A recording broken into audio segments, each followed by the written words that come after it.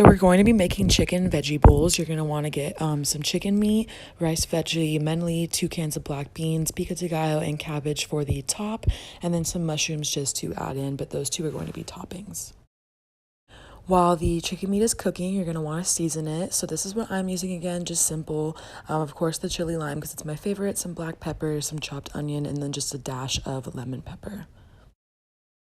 Once that has all cooked, you're going to want to add in your 2 cans of black beans and then let those cook together. Then you're going to want to add in your coconut oil again for the rice medley. Once your rice medley is cooked through, you're going to add in your mushrooms and some lemon pepper. Once everything has cooked through, you're going to want to transfer it all together and let it simmer together. This should be the end look on the meal prep. It should make about 5 servings, but I'm going to be eating one of the servings. So you just box it all up, but I'll be showing how you actually prepare with the stuff.